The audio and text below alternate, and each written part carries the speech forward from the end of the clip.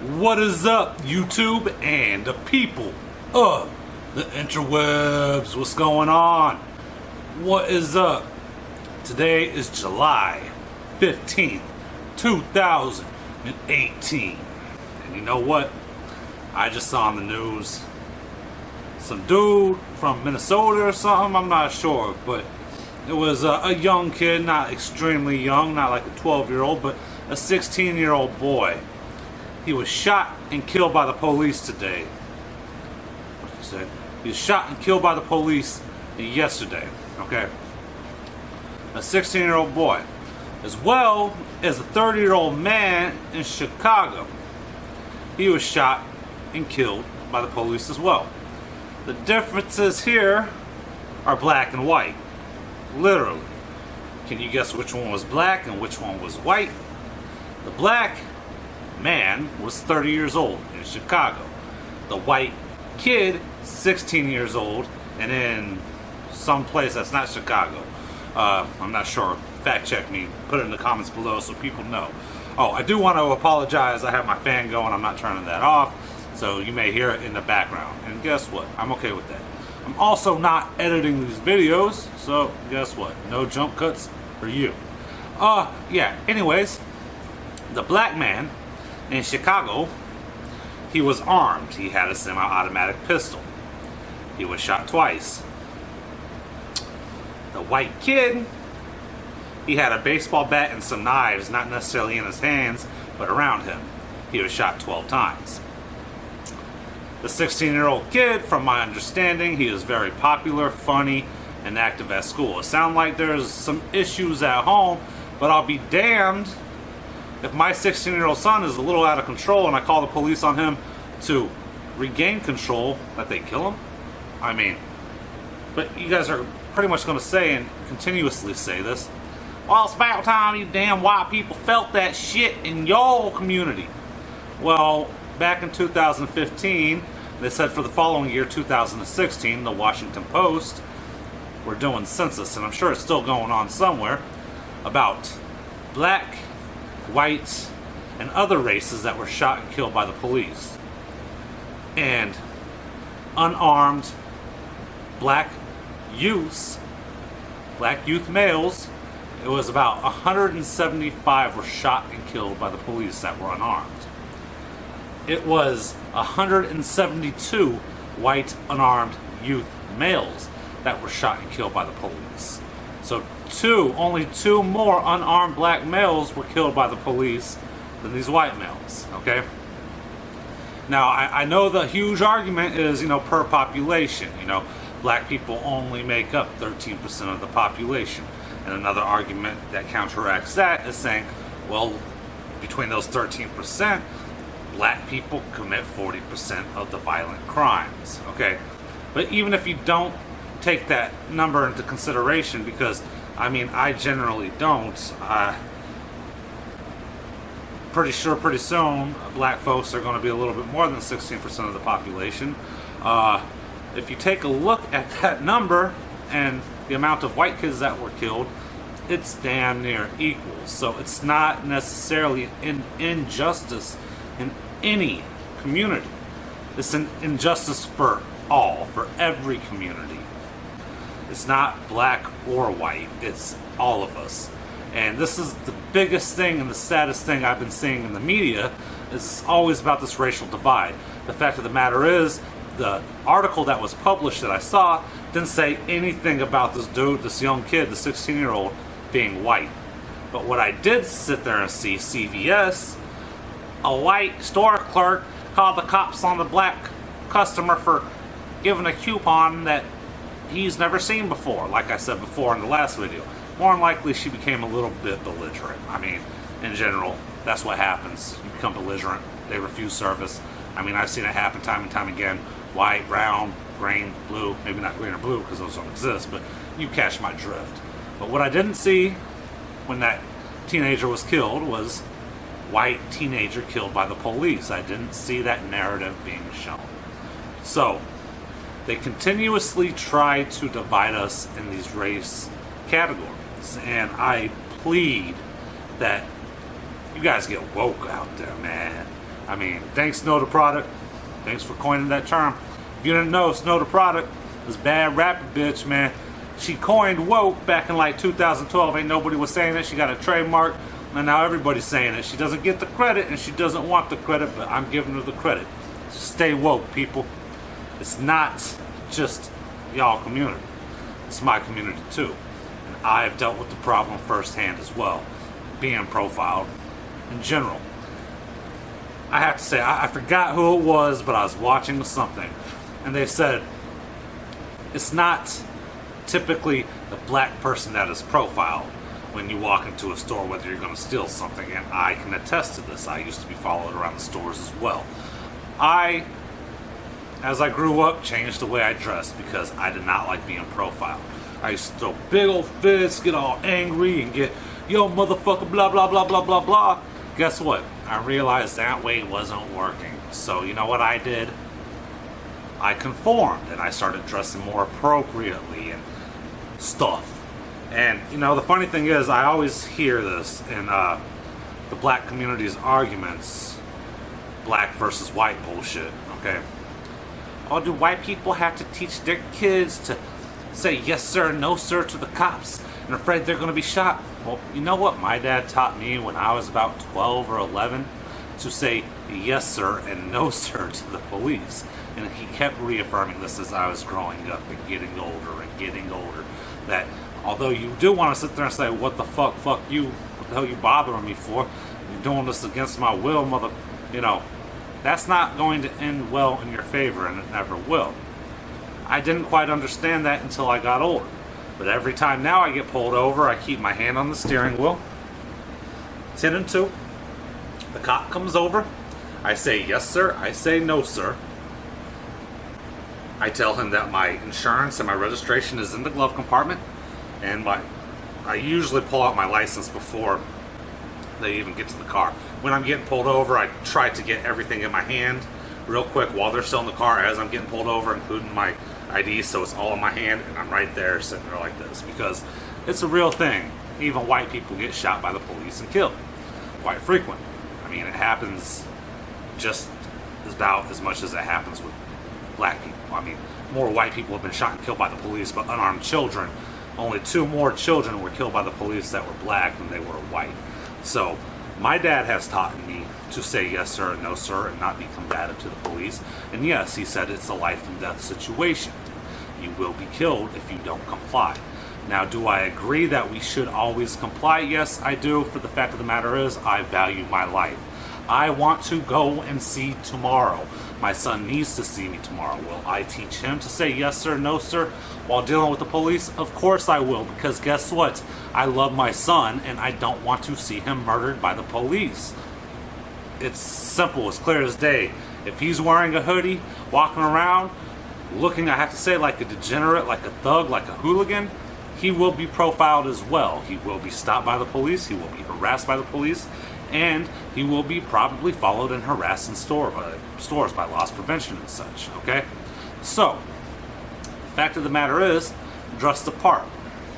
If you don't want to be harassed, pull up your fucking pants, put on nice clothes, and change up your appearance. I mean, I can't sit there and say it's any better now, but I mean, what kind of long-haired, long-bearded dude walks into any place stealing anything, okay?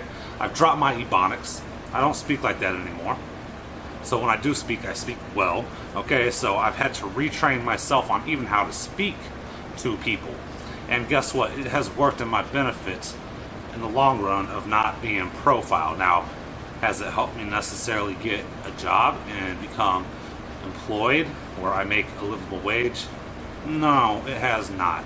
And another argument I hear that really just like irks or grind my gears, like they say in Family Guy, it really grinds my gears. When they're saying, man, they racially profiled me at work and they told me I gotta cut my hair, man, because I got black hair. Man, generally, if I were to go walk into a job to get employment, they're gonna tell me to cut my hair, they're gonna tell me to trim my beard and look more presentable for work, even though it's white hair and a white beard. So like, all these damn arguments that I see about all this racial shit, it's just bullshit. It really is. It's complete and utter bullshit. It's not true. It's fabricated. For whatever reason. I am not quite sure the narrative and what they're truly trying to do.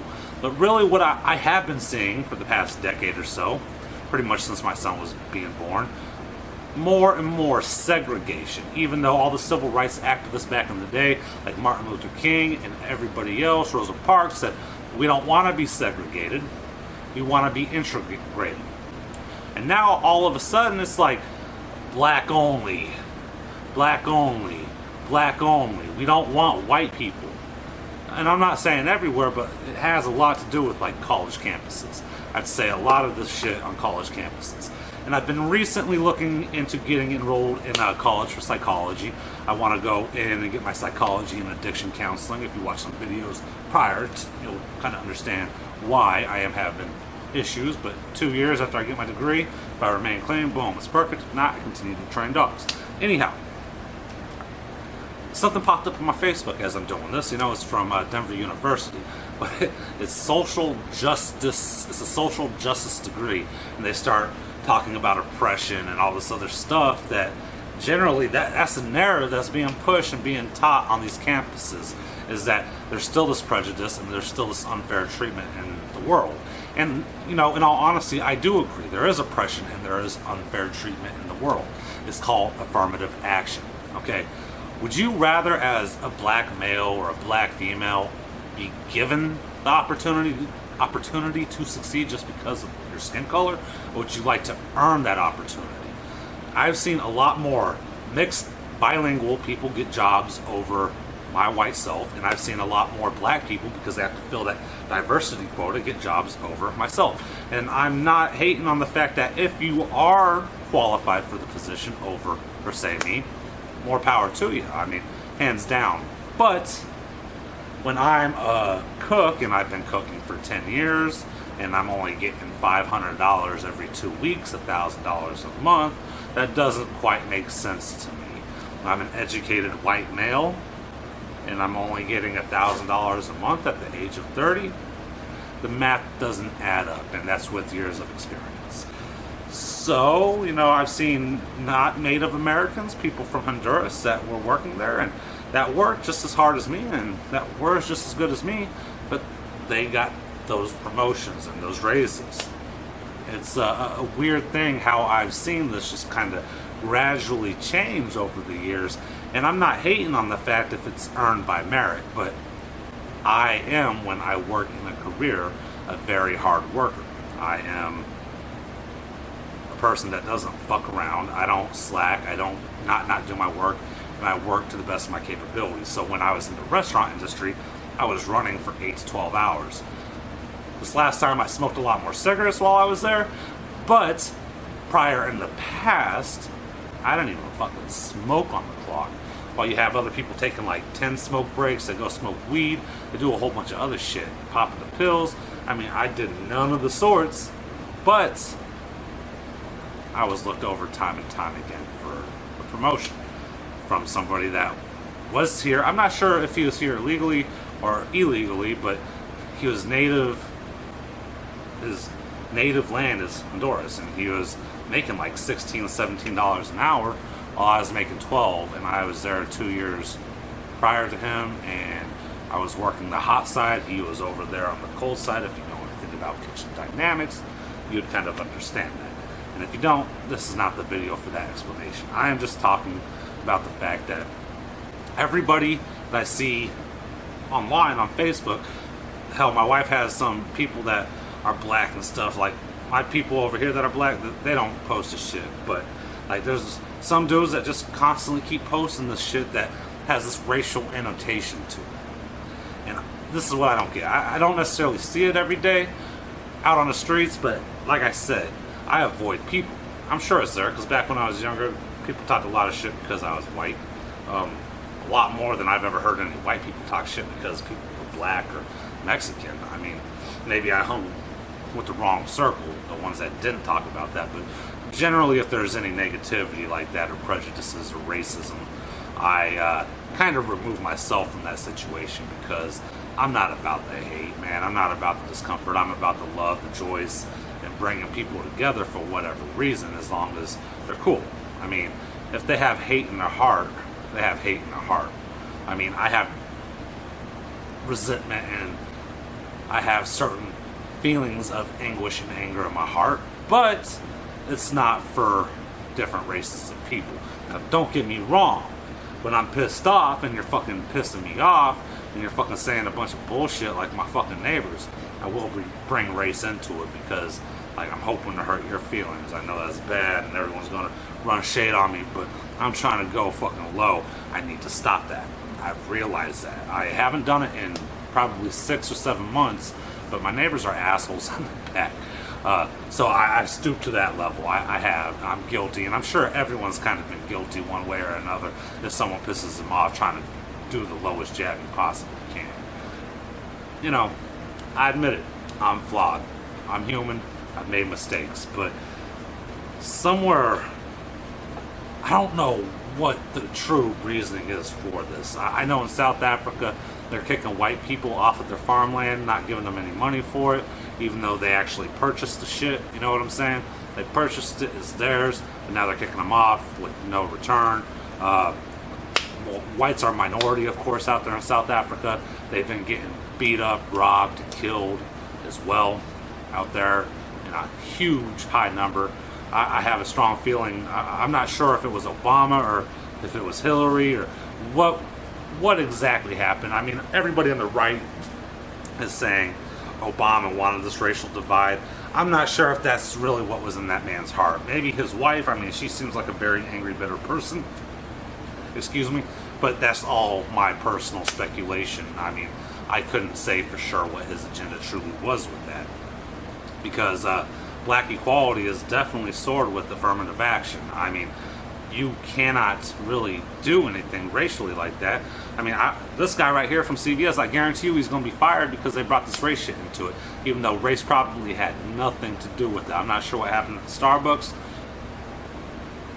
Maybe race has something to do with it, or maybe they're being disruptive and they weren't paying. I mean, I've never been asked to personally leave a Starbucks, but generally I go and try to buy something when I'm there, so I am a paying customer, because I could see how if you are just loitering and if you're there, and especially if you're making a disturbance, you would be asked to leave. I could only imagine you'd be asked to leave a lot of different places if that was the actual case. But I'm still, my mind's boggling. What is the purpose to try to keep us separated? The only thing I could think or conjure is, you know, united we stand and divided we fall. If we divide ourselves into this category, guess what? America's going to fall, and that's what everyone's hoping for. As you can see on the far left, the anti-fascist Antifa folks, man, they're trying to make America crumble, and we're trying to go into another civil war, whether it's for communism or socialism or what have you, but not capitalism. We're not trying to have this free trade type of society, and trust me, I understand about all this corruption. And hell, if you would have caught me back when I was 18, I probably would have been right there as a social justice warrior fighting for the cause, because fuck the man. But as I've grown up and gotten older and paid attention to more of the news, the laws, the lay of the land, different issues that we mainly have the issues that we keep electing these crooked fucking bastards into political office.